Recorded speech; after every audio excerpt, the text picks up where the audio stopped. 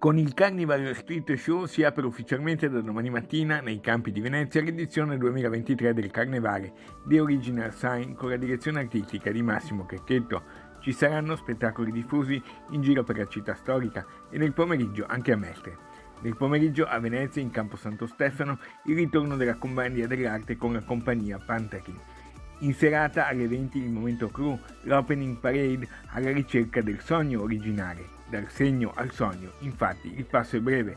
Così un teatro galleggiante sull'acqua attraverserà il Canal Grande dalle stazioni di Santa Lucia fino al bacino di San Marco, con in testa la Maria 2022 Alice Bars.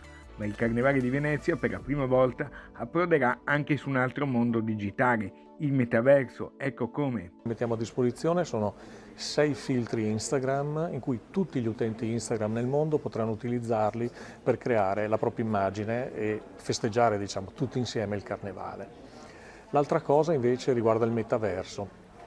Per tutte le nuove generazioni, ma anche i millennials semplicemente che utilizzano le piattaforme del metaverso, abbiamo messo a disposizione una serie di skin, tecnicamente si chiamano così, quindi vestiti e maschere che possono acquistare su Venezia Unica o in una piattaforma specifica che è Roblox e utilizzarle poi nel proprio mondo digitale.